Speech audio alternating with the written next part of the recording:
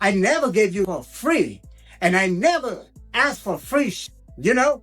I'm happy you shop with me. The lab-grown diamond accusations against Johnny Dang have been spreading for months, and now NBA Youngboy's name has been pulled directly into the middle of it. Fans are asking whether Top's famous collection was built on fake stones.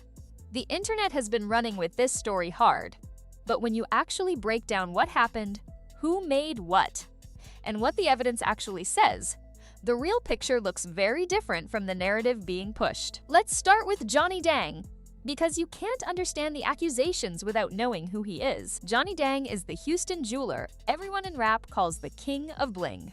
His shop has been the destination for Southern rap royalty for over 20 years. Lil Wayne, Migos, Travis Scott, Rick Ross, basically every major name from the culture who had real bread has come through his doors. Custom grills, chains, pendants. His work became synonymous with Southern rap jewelry at the highest level.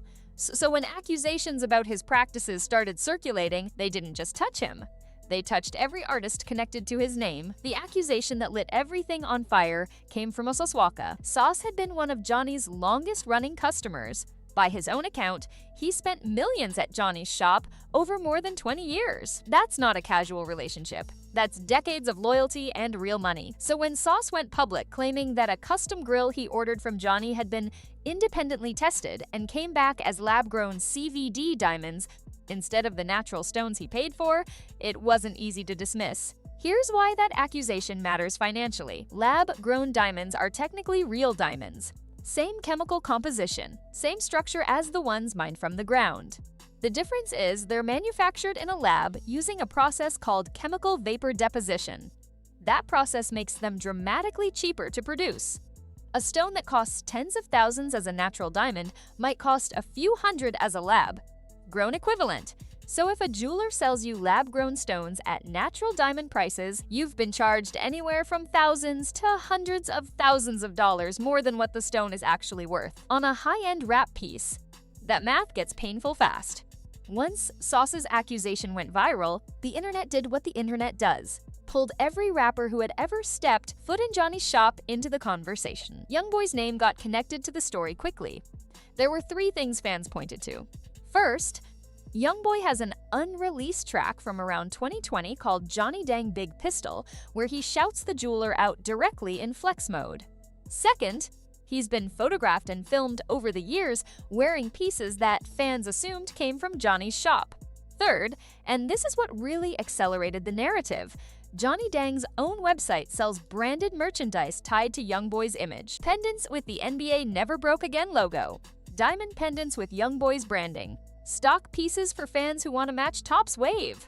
When fans saw those pieces on the site, they took it as confirmation that YoungBoy's actual collection came from Johnny. From there, the story wrote itself.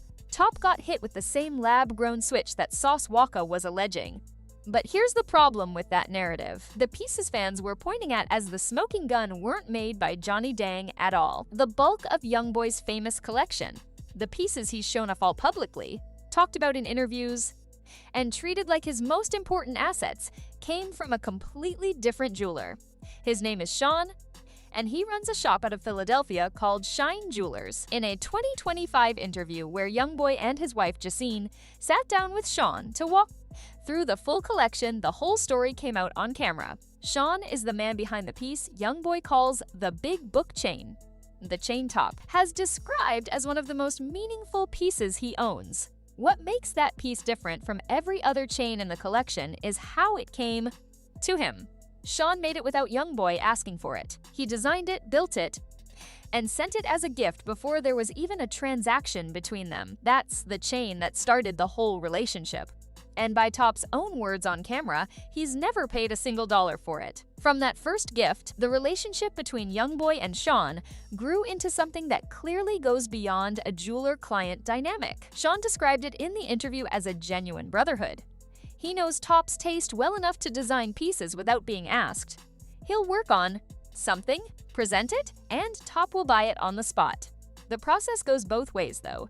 Sometimes Top comes to Sean with a specific vision. Sometimes Sean leads with something he built, and Top falls in love with it. The pink diamonds tell that story perfectly. By Sean's account, Top called him from across the country demanding a specific pink diamond piece the same night he saw it. Not in a few days. That night, Sean described it as the craziest piece in the whole collection. That's the level of trust and urgency that defines how the two of them work together. The collection Sean built over time includes more than just chains. He made the watch collection, pieces like the frosted AP Rainbow, the Blueface 5990 Rose Gold Patek, the RM 11103 with the pink band, and the Big Bang. Sean walked through each one in the interview, explaining the rarity, the value, why these particular watches were chosen. These aren't impulse purchases, they're investment pieces, items that hold value and can be passed down. And he made the wedding ring that Top gave Jacine, a piece that by any measure is one of the most personal objects in his collection. The story of how Sean and YoungBoy first connected explains why the relationship stuck. Sean got a call before a show in Philly telling him to stay late because someone important was coming through. That someone was YoungBoy. From that first meeting, the chemistry was immediate. Top described walking in and feeling treated differently than he'd been treated by other jewelers. Sean described the connection as something that clicked from the start and built into a real friendship over years. YoungBoy's philosophy around jewelry also matters here. He talked in the interview about how he came up studying jewelry before he could afford to buy it, watching other rappers from Baton Rouge who had pieces that inspired him. Once his money came in, he made a point to pay for everything himself. His father bought him his first chain, and after that, every piece in the collection came from his own pocket. He doesn't treat jewelry as just a flex. He treats it as an asset, something that holds value, that he can leave to his children, that represents something real. That mindset is why he's built the kind of relationship with Sean that he has. You don't invest that seriously in a jeweler unless you trust the quality completely. So when you look at the actual evidence underneath the YoungBoy angle of this story, what do you really have? You have a Sauce Walka accusation against Johnny Dang that is real and documented and deserves its own serious examination. You have YoungBoy's name and branding being sold as merchandise on Johnny's website, which is a business connection but not proof that Top's personal collection came from there. You have an unreleased song title and some show appearances that put the two names in proximity. And you have a full documented interview where YoungBoy and Sean walk through the actual collection, piece by piece, on camera, making clear where each item came from. The biggest signal, though? YoungBoy himself. If Top believed his jewelry had been switched out with fake stones, you would know about it. This is not a man who stays quiet when someone has crossed him. There would be a public call-out, a track, a statement, something. Instead, there's been complete silence from his end about any allegation against Johnny Dang. No song pulling Johnny's name, no interview clap back, no tweet. Nothing. That silence is telling.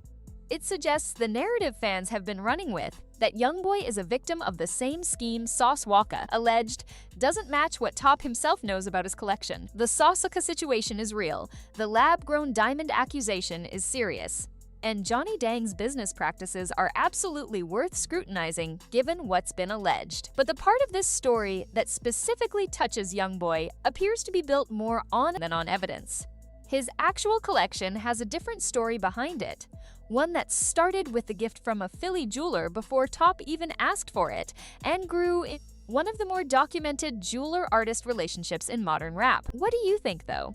Do you believe YoungBoy's pieces are the real deal? And should he address the Johnny Dang situation publicly just to clear the air? Drop it in the comments.